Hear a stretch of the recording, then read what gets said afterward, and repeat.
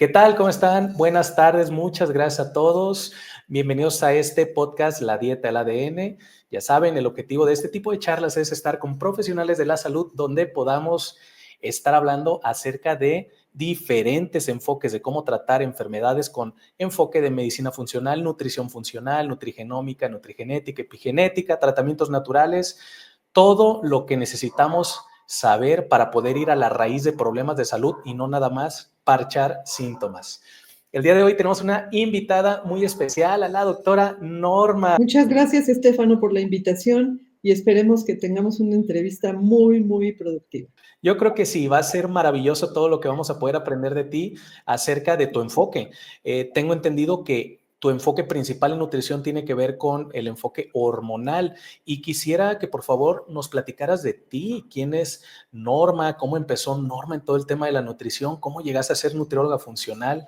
Te voy a hacer esa descripción para que justamente también sea parte de la historia de vida, ¿no? Sí, por favor. Soy profesora de educación primaria. Ok, ¿en serio? Licenciada en ciencias administrativas. Bien. Licenciada en nutrición y dietética. Ok. Y tengo certificaciones de fatiga adrenal, sueroterapia, terapia hormonal bioidéntica, medicina ortomolecular, y realmente me considero autodidacta en hipotiroidismo. Y divulgadora. Se me da en la preparación inicial de profesora de educación primaria, me gusta publicar y me gusta dar clases. Ok, ¿y cómo de maestra llegaste a la nutrición? ¿Qué te llamó la atención de la parte de la nutrición? Desde luego siempre hay una historia de salud personal, ¿no? Pero obviamente toda una vida de problemas de salud que sin resolver, sin encontrar solución, y creo que a veces somos tolerantes con los problemas personales, pero cuando los problemas ya son de los hijos, ya no somos tan tolerantes. Claro. Entonces, como los frutos no caen lejos del árbol, soy mamá de 3 ahora adultos y lo que detonó mi necesidad por acercarme a la nutrición fue un padecimiento de TDA de mi hijo menor. Pues apegados a la atención convencional, recurrimos en un inicio al uso de medicamentos que no tuvieron éxito y así estuvimos a lo mejor unos 3 años, hasta que el último, que supuestamente es el medicamento de oro para esta condición, detonó problemas importantes en él, que por privacidad para él no quiero mencionar más. Pero claro, entonces el neurólogo dijo, no hay otra cosa, o lo toma o no hay más. Y fue el mejor momento de nuestras vidas, porque dije, se acabó. Y a partir de ahí, entonces, bueno, pues por ahí escuché una entrevista que si los omegas rojos y que bueno, ya te diré que empecé a comprar suplementación sin saber nada y después de años de que tomó el medicamento, a los 2 meses de tomar omegas rojos, mi hijo ya hacía la tarea, entonces ahí empezamos a estudiar y después de eso hice la carrera de la licenciatura en nutrición. ¿Qué tal? Extraordinario, extraordinario.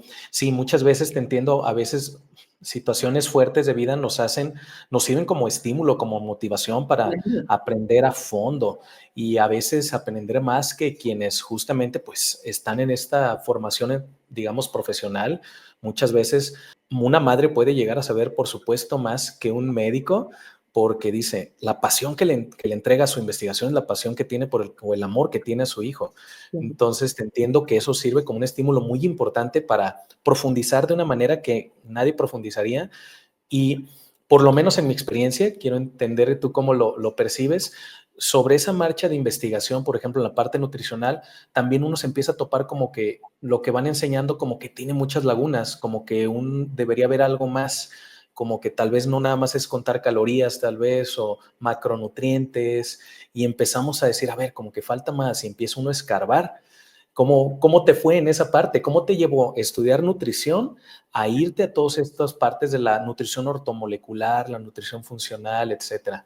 Es que de forma autodidacta, yo empecé a estudiar nutrición ortomolecular y me ¿Qué? di cuenta que para que pudiera yo hacer de esto un modo de vida y que también pudiera ayudar a más personas, además de mi familia, necesitaba un título.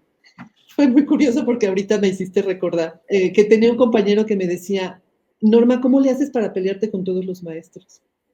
Porque estaba en contra de lo que estaban enseñándome, ¿no? Ujú. Y realmente tuve que pasarlo así porque era un requisito, pero desde antes yo estaba en contra de esta pseudonutrición, ¿no? El conteo de calorías, Claro, menús con una taza de palomitas y 10 galletas y sí.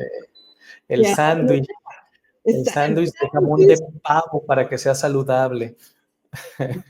así es. Sí, Entonces, ya la verdad hice trampa porque desde el principio ya en algunas ocasiones me daba por vencida antes de pelear, sí, pero porque el objetivo era otro, sinceramente, necesitaba un claro, aval. claro, Y de cualquier manera, pues ya sabes que en esto no se para, ¿no? claro. Todo el tiempo aprendemos, todo el tiempo hay que estar rascando, levantando piedras y bueno, me gusta mucho, es un placer que ahora no tiene ningún precio el poder ayudar a salvar de alguna manera vidas que están muy deterioradas, muy lastimadas, sin esperanza, porque has de saber que justo como mi profesión es nutrición, hay quien llega a mí como último recurso porque siempre Claro, primero el médico, ¿no? claro, sí, te entiendo. Por ejemplo, en tu experiencia, con tu experiencia de vida, ¿cuál podrías o cuáles podrías definir como las principales diferencias entre la nutrición convencional con la nutrición funcional, por ejemplo? La nutrición convencional no está enfocada definitivamente en nutrientes, solamente en calorías. Y de hecho esa es la razón por la que los nutriólogos estamos encasillados en para bajar de peso. Solo nos buscan para bajar de peso. Y realmente es que la nutrición ni siquiera es solo lo que ingerimos. O sea, nos nutrimos con lo que respiramos, nos nutrimos con lo que nos untamos, con lo que comemos y hasta con la electricidad que percibimos. Entonces es bastante más complejo que simplemente contar calorías e ingerir lo que sea, aunque incluso esté vacío de nutrientes. Yo creo que la Claro. diferencia es enorme. Y, por ejemplo, ¿qué fue lo que te llamó la atención o cómo fuiste canalizándote hacia un área más de endocrinología, de nutrición en endocrinología? Porque después del estudio pude darme cuenta de que yo tenía hipotiroidismo y que con toda seguridad mis hijos tenían hipotiroidismo desde el nacimiento, congénito. Entonces, eh, pues buscando justamente las soluciones, eh, guiada también por la sintomatología, porque esa es otra complicación del hipotiroidismo, que en la actualidad está regida el parámetro del diagnóstico por el resultado de analíticas que no son confiables al 100%. Entonces, sí busqué en la literatura a estos médicos que eran muy observadores, que no tenían a la mano las analíticas de las que hoy disponemos y características físicas, características desde el nacimiento y bueno, gracias a eso pude empezar a tratar a mis hijos también y bueno, pues me apasiona mucho porque además en el hipotiroidismo hay sintomatología desde la punta del cabello hasta la punta de los dedos de los pies. Claro, sí, Muy, totalmente. muy bonito. Hay una frase en Ayurveda que me gusta mucho, enfocándose directamente a lo que te dedicas, que dice, cuando la alimentación es mala, la medicina no funciona. Cuando la alimentación es buena, la medicina no es necesaria. Exacto, exacto. Estoy de acuerdo. Wow. por Va completo. mucho. Y Y esto, ojalá, perdóname, ojalá pudiéramos llegar con la difusión de la información a no tener que tratar personas con la enfermedad, sino antes de ella, ¿no? claro, Si quieres vivir como, o sea, si no quieres ser hipotiroideo, pues vive como hipotiroideo. Si no quieres ser diabético, pues vive como diabético, come como diabético, ¿no? claro, la prevención, fundamental la prevención. Y Exacto. es interesante que las grandes culturas antiguas, todas sin excepción, sus tradiciones médicas, a mí me llama mucho la atención que las tradiciones médicas, por ejemplo, en Ayurveda, en medicina tradicional china, incluso aquí en la medicina americana o en la medicina que tuvieron nuestros ancestros, la clave que llevan en común tiene que ver con la alimentación. O sea, todos llevan patrones alimentarios como parte de sus procesos de sanación y pareciera como que si eso se nos olvidó, digo, también los griegos, por supuesto, Hipócrates, ¿no? Famosa frase de Hipócrates, y pareciera que se nos olvidó el tema de la importancia de la alimentación y que lo único importante es el tratamiento, los fármacos, los procedimientos, las cirugías, y la parte fundamental, como que dicen, no es tan importante. Incluso, digo, esto te lo comparto un poquito más en mi experiencia, en mi vida. Yo también pues fui medio rebelde porque decía, ¿cómo? O sea, me cuestionaba mucho, ¿no? Desde la carrera de medicina, de por qué no se cuida mucho lo que se come a una persona que acaban de operar. O sea, cuestionaba mucho, por ejemplo, que en un hospital a alguien recién operado le dieran el sándwich de pan Bimbo blanco con queso amarillo, jamón, juguito de cartón, gelatinita. Y yo preguntaba a las nutriólogas clínicas, ¿no? En ese momento, ¿no se le debería dar algo más saludable a alguien que acaban de operar? Y me decían, no, está bien balanceado. Para su peso, su talla, su edad y el procedimiento que le hicieron, proteínas, carbohidratos, grasas y calorías, está todo balanceado. Y yo decía, pero los colorantes, los endulzantes, los químicos, el gluten, la harina refinada, el azúcar, ¿no importan? No. No, Y le porque son preguntaba a los calorías. maestros. Sí, era totalmente el enfoque calórico. Y le preguntaba a los médicos que yo decía, no, pues han de saber, son mis maestros. Y les preguntaba, ¿no le deberíamos dar algo más saludable en que acaban de operar? Y palabras textuales que me decían, no, no importa lo que coma, mientras tenga el medicamento en la vena, que coma lo que quiera. Y yo, pues eran los maestros, me tenía que quedar callado, justo igual que tú, así, no digas nada, pero yo por dentro pensaba, pues le doy refresco y papas y no hay problema, o como que dónde está el límite, en qué momento es cuando ya es malo la alimentación, o si esencialmente es porque no saben de nutrición, o sobre todo no saben cómo sanar con alimentación, que eso es todavía más sensible y más profundo. Me parece que tienes toda la razón. Todos los pacientes dicen, pero es que el endocrinólogo me dijo que puedo comer lo que sea, que el hipotiroidismo es muy simple, muy sencillo de tratar, que solo necesito una pastilla y que puedo comer lo que sea. Pero yo me siento muy mal, por supuesto. Pero ¿sabes también qué ocurre? Es más fácil tomar una pastilla que cambiar la alimentación. Totalmente. Totalmente. Yo creo que la medicina convencional nos ha hecho flojos en ese sentido porque nos ofrece supuestas respuestas fáciles que nos dicen, no importa lo que comas, no importan tus hábitos, tú haz lo que quieras, eso no es lo importante es esta pastillita. Y como con el tiempo no va a ser suficiente porque los hábitos causales persisten, entonces el problema sigue avanzando, no va a ser suficiente, bueno, te agrego otra, no es suficiente, bueno, te agrego estas tres, no es suficiente, pues no pasa nada, le cortamos un pedazo y así se la llevan y la persona nunca mejora y pero te dicen, pero no te preocupes, tú puedes seguir comiendo como quieras, no hagas ejercicio, no pasa nada, lo importante es seguir tomando los medicamentos. Claro. No me hace sentido, o sea, a mí me parece impresionante que siga la metodología hasta el día de hoy de enseñanza y de práctica. Pero por supuesto, pues hay personas como tú, profesionales de la salud, que pues van tomando esa conciencia y aparte lo comparten con la población, que hay otra manera de mejorar la salud, que hay otra manera de cuidarse, otra manera de enfocarse en la alimentación, que no es un conteo calórico, no es ni siquiera el de equivalentes, por lo menos yo. Eh, hice una maestría, una de las cosas que hice fue una maestría en nutrigenómica y nutrigenética y lo que más aprendí ahí fue que no existen intercambiables, equiparables, equivalencias de alimentos. No existe nada de eso porque desde el punto de vista de la nutrigenómica, cada alimento tiene sus compuestos bioactivos muy específicos que es imposible encontrar en otro alimento. Entonces, considerar que hay equivalentes de alimentos es así como la vieja escuela, que es nada más, pues es equivalente en macronutrientes y calorías. Y no me hace mucho sentido. ¿Tú qué piensas en esta parte?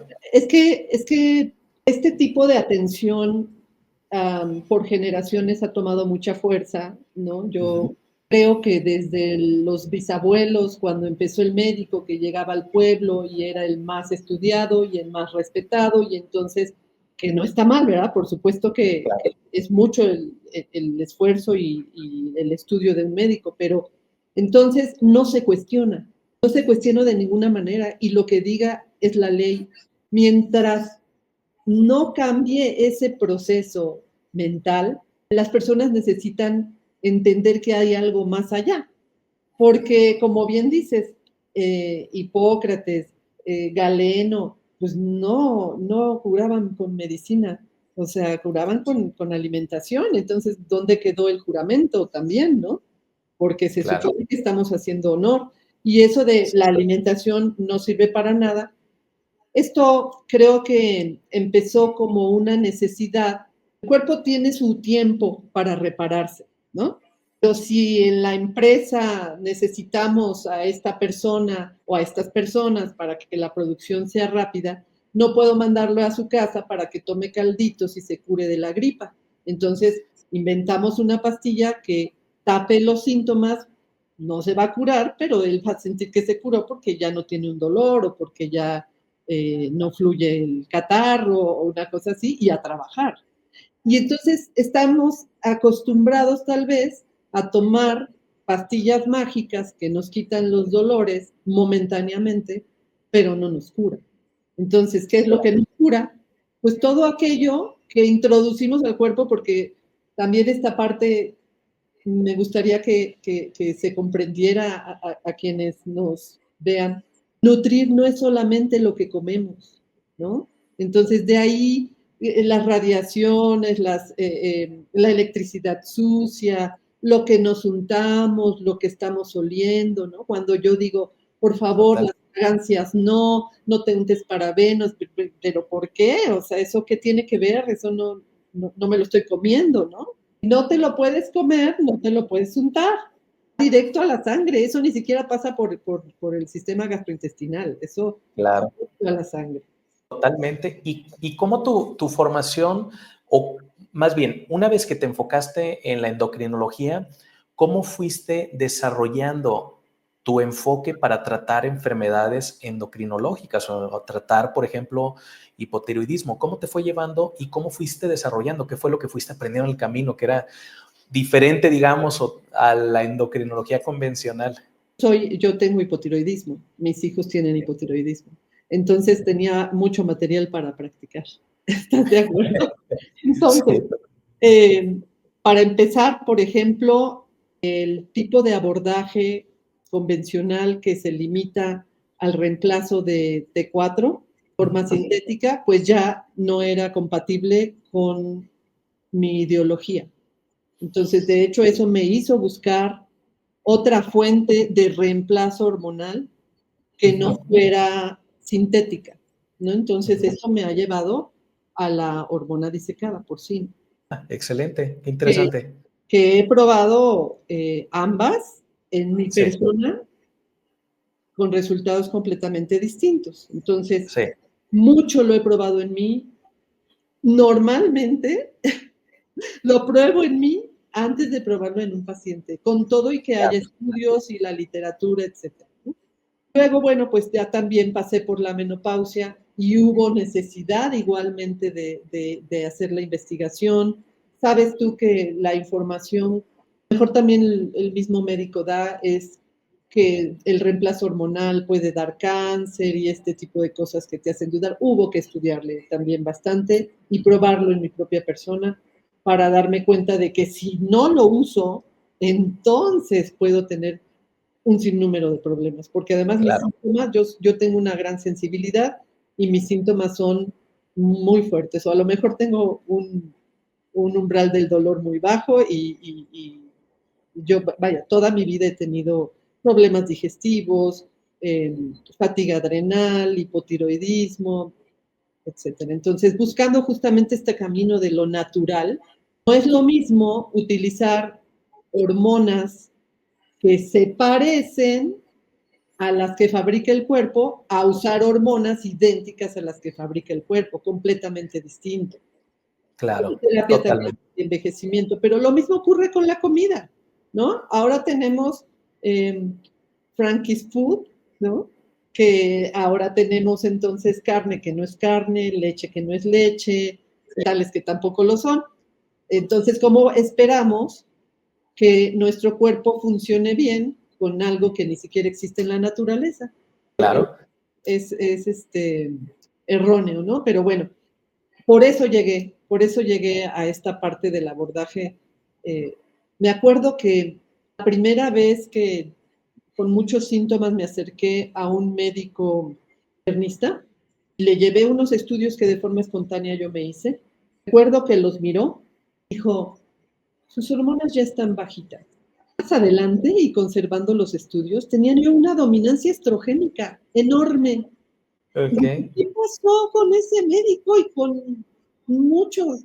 Y también se vale decir, no sé, se vale, ¿no? Claro. Bueno, o en muchos casos yo, por supuesto, mando a mis pacientes recomiendo con el especialista, porque no se puede saberlo todo, ¿verdad? Es imposible. Claro. Sí, totalmente. Pues es mi propia necesidad la que me llevó al abordaje de las hormonas bioidénticas especialmente. Volviendo a la pregunta anterior, perdóname, te voy Sí, sí, sí. a complementar. No puede tratarse de forma aislada la tiroides. O sea, es la reina de las hormonas, pero contestando a tu pregunta, ¿por qué te seguiste con lo demás? Pues porque todo trabaja en sincronía, ¿no? Entonces, bueno, Sí. pues ya después hay que ver las hormonas sexuales, las suprarrenales. Por ejemplo, en compuestos antioxidantes o vitamínicos, precursores tipo selenio, yodo, vitamina D, L-tirosina. ¿Cuál ha sido tu experiencia en este, un enfoque, digamos como un tercer enfoque? Indispensables.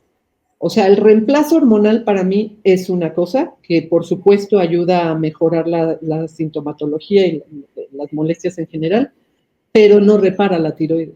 Lo que se necesita para impulsar la función tiroidea y para repararla, para detener el daño, definitivamente es una terapia que incluya el reemplazo también de los nutrientes. Por supuesto, selenio, por supuesto, tirosina, zinc, complejo B metilado, magnesio, vitamina D, me gusta utilizar ADK.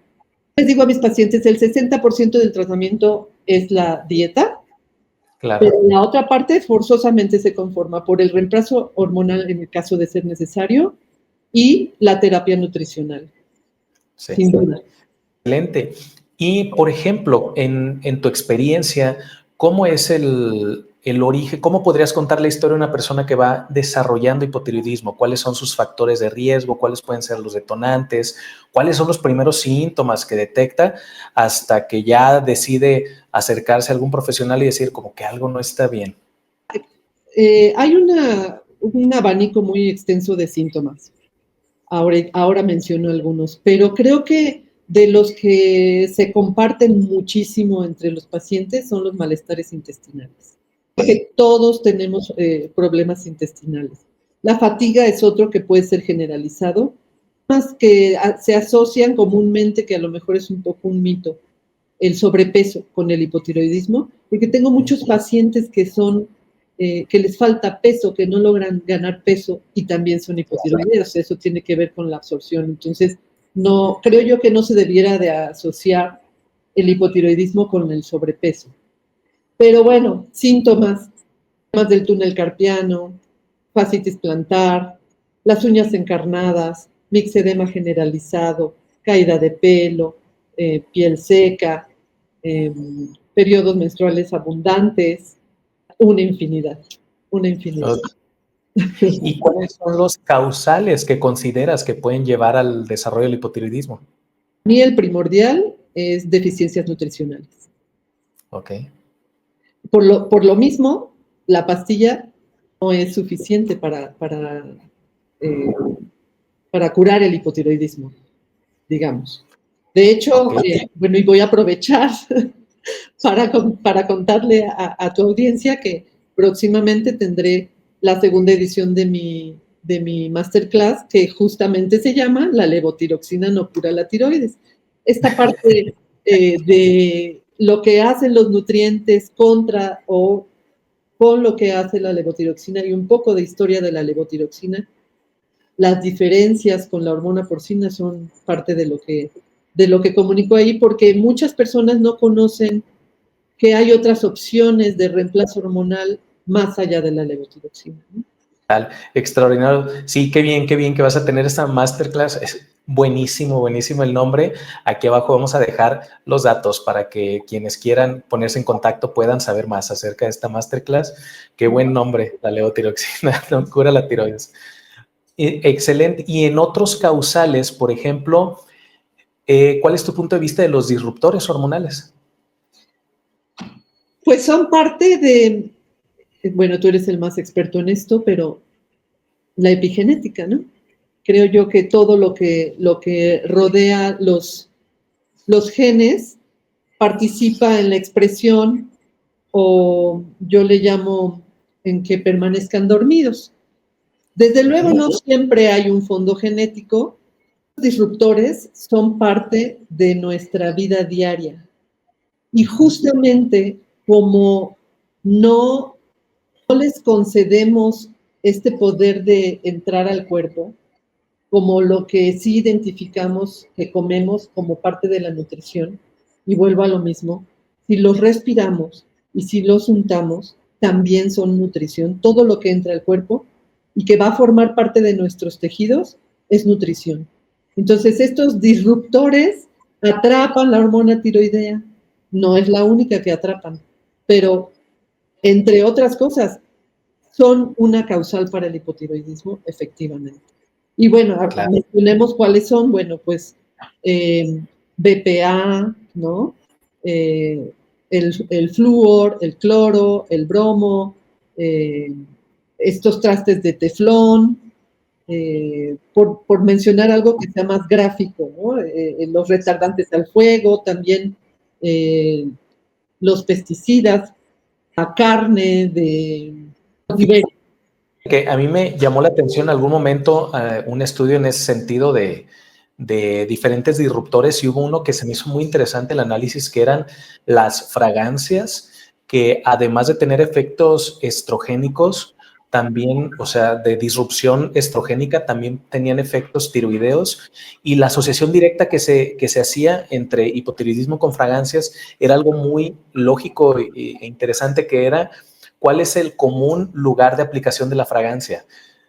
Entonces, bueno, personas se ponen perfume en esta área y que eso estaba asociado a estos procesos de, también de pero es que no hipotiroidismo. es lo único que tiene fragancia. Los No, jabones, ¿no? sí, Los totalmente. jabones, las cremas, todos los artículos de higiene personal. Suavizante, detergente para trapear, sí, Es que totalmente. no es fácil de procesar en el hígado y el hígado es parte fundamental o es el órgano de la tiroides, el que definitivamente hace pues el trabajo pesado de la transformación de las hormonas tiroideas. Entonces, si sobrecargamos el hígado, definitivamente va a afectar a la tiroides. Y eso es lo que Total. ocurre con este tipo de fragancias, porque se procesan ahí, ¿no? Entonces, hacen esta dificultad. Totalmente. Y en temas, por ejemplo, de alimentación, ¿qué recomendaciones le das a los pacientes? ¿Qué alimentos evitar? ¿Qué alimentos consumir? ¿Cómo es esa parte de la guía nutricional? La dieta debe de ser idealmente libre de gluten y de caseína, porque ambos son relacionados con la celiaquía, con la sensibilidad, pero también producen sonulina, que lo que hace la sonulina es abrir las paredes o las juntas de los enterocitos en los intestinos. Y ahí tenemos entonces un intestino permeable que empieza a dar una vuelta para llegar a la autoinmunidad. La dieta idealmente debe de ser libre de gluten y de caseína. La soya también. La soya contiene ácido fítico que lo que hace es impedir la asimilación del yodo, del zinc, del hierro, procesados que obviamente causan inflamación, y cuando hay inflamación en las células, la absorción de la hormona tiroidea se ve comprometida. Las legumbres no sugiero quitarlas, pero ahí cambia el proceso de cocinarlas, mejora la asimilación del alimento porque quitamos antinutrientes y germinamos la legumbre, entonces podemos comerlo. Porque aquí el chiste no es, creo yo, quitar alimentos solamente por quitarlos, porque los nutrientes que tienen esos alimentos los necesitamos. Entonces, si existe la posibilidad de elaborarlos de manera adecuada, entonces podemos aprovechar y multiplicar los nutrientes de ese alimento. Ese es el caso de las legumbres o de los alimentos fermentados, ¿no? Eso claro. Es parte de los alimentos que sí tenemos que consumir como recomendación en el caso del hipotiroidismo. Por supuesto, para mí el caldo de huesos es un alimento muy denso en nutrientes. Para mí la recomendación también es que sean de fuente orgánica, que no sean modificados genéticamente. Es un reto. A veces es un reto lo orgánico y, por ejemplo, en tema de carnes de libre pastoreo, a veces es un reto. No no es tan fácil. Fíjate que hablando del tema de las legumbres y hablando lo que hablabas de compuestos especiales o específicos que pueden llegar a tener, algo que hace tiempo me llamó la atención era justamente el tema de las lectinas y el tema, digamos, como dividido en temas de opiniones de las lectinas, como por un lado la parte como de antinutrientes, pero por otro lado hay una situación muy interesante que me llamó la atención. Hay un macroestudio que se llama la paradoja hispana, que este estudio lo que hizo fue, más que es la suma de diferentes estudios, es un metaanálisis que se llama la paradoja hispana, donde se trataba de entender por qué los hispanos en Estados Unidos tenían mayor longevidad que los anglosajones, que los güeros, y se trataron de encontrar diferentes razones para tratar de entender por qué pasaba, por qué tenían una ligera tendencia de longevidad y ligera disminución de enfermedades, pero en el mismo ambiente. Entonces, llamaba la atención porque se consideraba que el anglosajón pues tenía mayor poder adquisitivo, mayor nivel económico, por lo tanto, mejor acceso a alimentos, a medicamentos, a tratamientos médicos, y los hispanos tenían menos ingresos, etcétera, pero tenían más longevidad. Entonces fue como, ¿qué está pasando? Uno de los análisis fue justamente la parte de la epigenética, en el sentido de que se investigó, ok, tal vez tenían muy buenos hábitos o comían de alguna manera muy especial de los países antes de migrar, y cuando migraron pues ya empezaron a comer la dieta SAD, la Standard American Diet, ¿no? Pero los hijos de hispanos en Estados Unidos seguían presentando los mismos patrones de longevidad comparativamente con los anglosajones y con las mismas diferencias económicas, ¿no? Entonces, las conclusiones a las que fueron llegando, interesantemente, fue que el principal factor dietario que protegía a los hispanos eran los frijoles, el consumo de frijoles. Y se encontró que los frijoles, los hispanos consumían en promedio el equivalente a una taza al día, comparativamente con los anglosajones que consumían el aproximado a una cucharada a la semana, que era como los frijolitos que le ponían encima de adorno al burrito o algo así. Pero los hispanos y sus descendientes seguían consumiendo sus patrones dietarios de los países de los que venían, que normalmente tenían muchos compuestos como los frijoles. Lo que fue interesante fue que también se hicieron estudios en caja de Petri, poniéndole lectinas a células de cáncer de colon, y las lectinas en células de cáncer de colon hicieron algo muy, muy interesante, que fue, no las destruían, sino las volvían a hacer sanas. Algo interesantísimo. Por lo menos en Petri, el consumo de lectinas sanas células oncológicas en lugar de, por ejemplo, hacer una apoptosis, o sea, que vuelva a convertirla en una célula sana, a mí me pareció extraordinario. Entonces, interesantemente, en este estudio, este macro estudio de la paradoja hispana, la conclusión fue, frijolitos son buenos para la salud, leguminosas son buenos. Pero cocinados correctamente, yo estoy de acuerdo. O sea, pero cocinados correctamente, porque cuando germinas el frijolito, entonces la semilla engañada piensa que va a ser sembrada, que se va a convertir en una planta y lo que hace es donar nutrición y se multiplican los nutrientes. Entonces, y lo que tú me estás diciendo, que cambian, que pues obviamente la genética es distinta entre las poblaciones que mencionas, lo mismo que ocurre, por ejemplo, con los orientales, con los japoneses, que tienen enzimas que les permiten digerir y absorber correctamente el yodo de las algas que los occidentales no tenemos, ¿no? Sí, se van haciendo, por supuesto, adaptaciones, ligeras adaptaciones evolutivas, como en la parte ya de la nutrigenética, que van haciendo pues que se adapten a su entorno, que vayan teniendo capacidades ligeramente diferentes a otro entorno, que por supuesto para que sean grandes diferencias son cientos de miles de años para que ya haya una evolución per se, pero sí hay adaptaciones genéticas que se van generando en torno a la manera que comen cada región. Cada generación y cada región, porque también sabemos que una persona que migra de algún otro lugar, casualmente, aunque su población no tenga esas enfermedades, llega y tiene las enfermedades de la población a la que llegó. Y es que, pues, la forma en la que comen. Exactamente. Empiezan con la dieta SAT y empiezan a tener los mismos problemas, por más japoneses o mexicanos que sean, van a tener los mismos problemas que están teniendo los anglosajones si comen lo mismo. Es correcto. Sí, totalmente. Recuerdo una pacientita italiana que la base de su alimentación es el trigo, con Hashimoto, y yo diciéndole no comas gluten, pues se quería desmayar. Y sí, entonces, claro. Pues yo como, sí, pero no es igual. El trigo que tú comes allá y la forma de la preparación no es la misma. Aquí no Totalmente. ¿no? Totalmente, cambian, sí, desde las semillas, aunque sea la misma especie, las semillas son diferentes, sí, totalmente. Los suelos. Totalmente. El suelo, simplemente, sí, totalmente, eso es interesantísimo. También esto, por ejemplo, estas investigaciones que se han hecho de regiones longevas, donde diferentes regiones separadas con diferentes patrones dietarios tienen los mismos resultados de longevidad, o sea, que no hay una sola manera de ser longevos, hay diferentes estrategias para ser longevos y eso a mí me pareció muy valioso también cuando empecé a revisar un poquito de patrones de longevidad. Y, por ejemplo, ¿cómo tratas a un paciente o a una paciente con hipotiroidismo?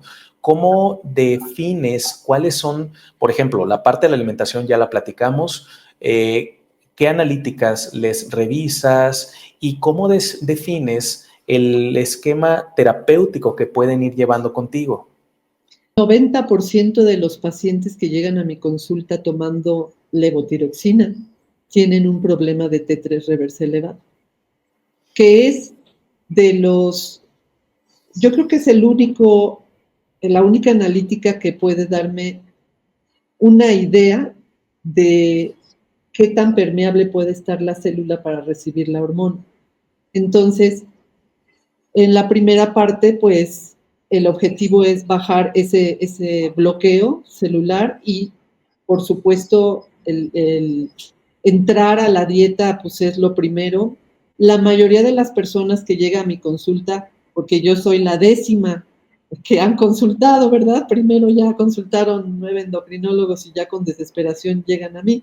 Entonces, cuando ya hicieron alguna intervención, pues es más sencillo, ya damos un esquema de alimentación prototipo al que el paciente tiene que llegar haciendo sus esfuerzos, empezando por dejar esos alimentos que son altamente inflamatorios. E incluso, bueno, pues ya más adelante podemos considerar, sobre todo cuando no hay Hashimoto, en ir introduciendo, cocinando correctamente para que el abanico de alimentación sea mucho más amplio.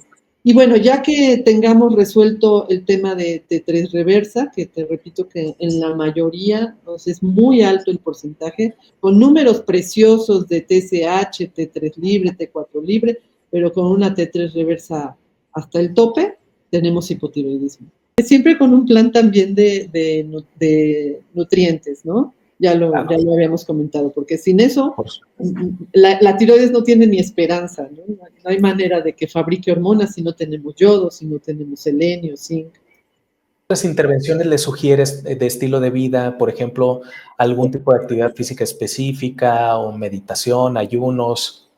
Llegado a la parte de meditación, solo doy la recomendación de gestionar el estrés, pero y los ayunos para mí no son convenientes en un principio, hasta que tengamos más apagado el fuego, digamos, ¿no? Okay. Pero recomendar los baños de sol, días, la naturaleza y el tiempo del ejercicio definitivamente tiene que ser, para mi gusto, personalizado, ¿no? Hay muchas pacientes que incluso tienen hipotiroidismo por excederse en el ejercicio.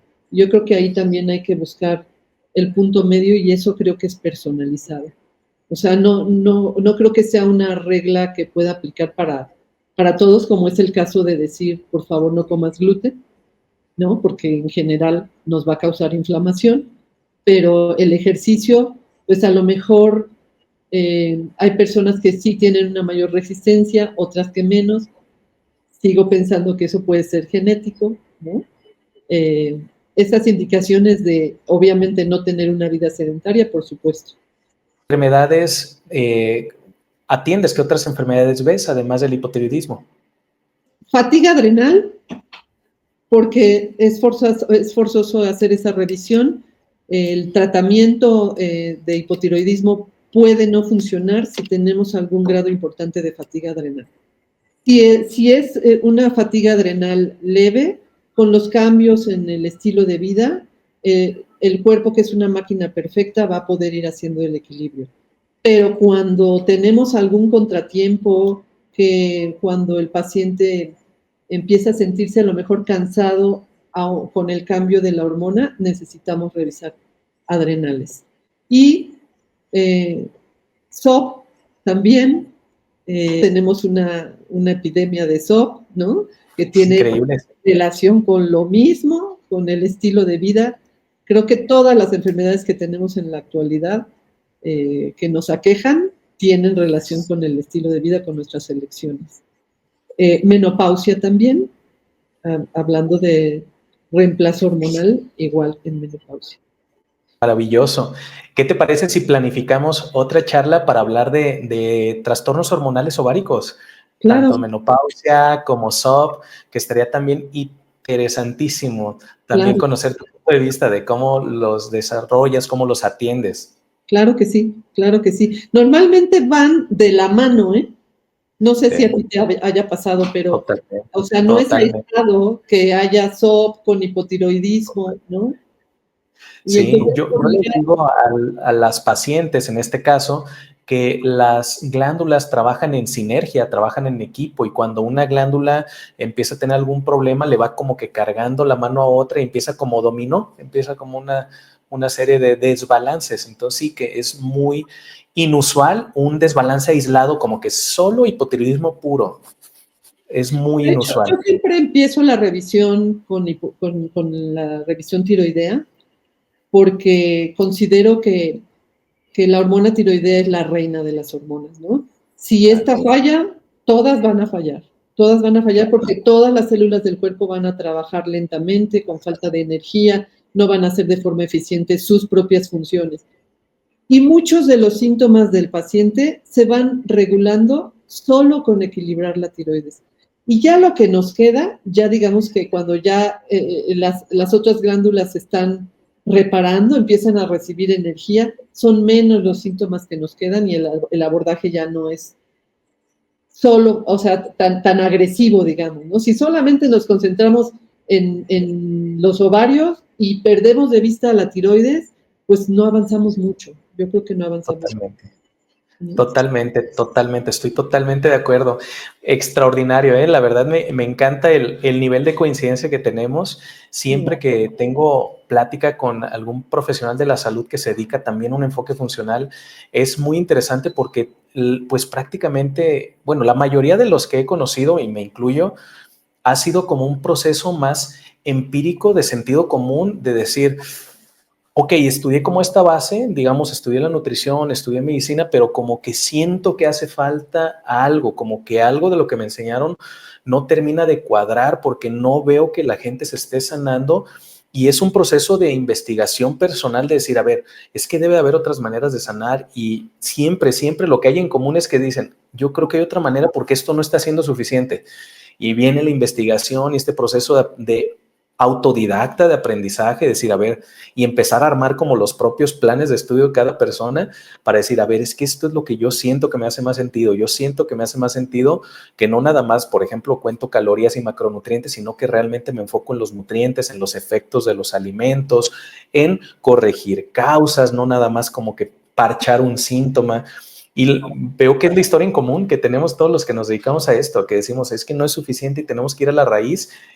Y lo que me parece muy fuerte es que termina siendo un proceso individual de investigación porque no hay una formación profesional en México que te guíe hacia allá. O sea, sí hay formación en Estados Unidos, sí hay formación incluso en España, en otros países, pero aquí es muy pobre la formación profesional en temas de nutrición funcional, en medicina funcional, que pueda realmente enseñarle a un profesional de la salud cómo puede realmente ayudar a que un paciente revierta procesos de enfermedad desde endocrinológicas o metabólicas, etcétera.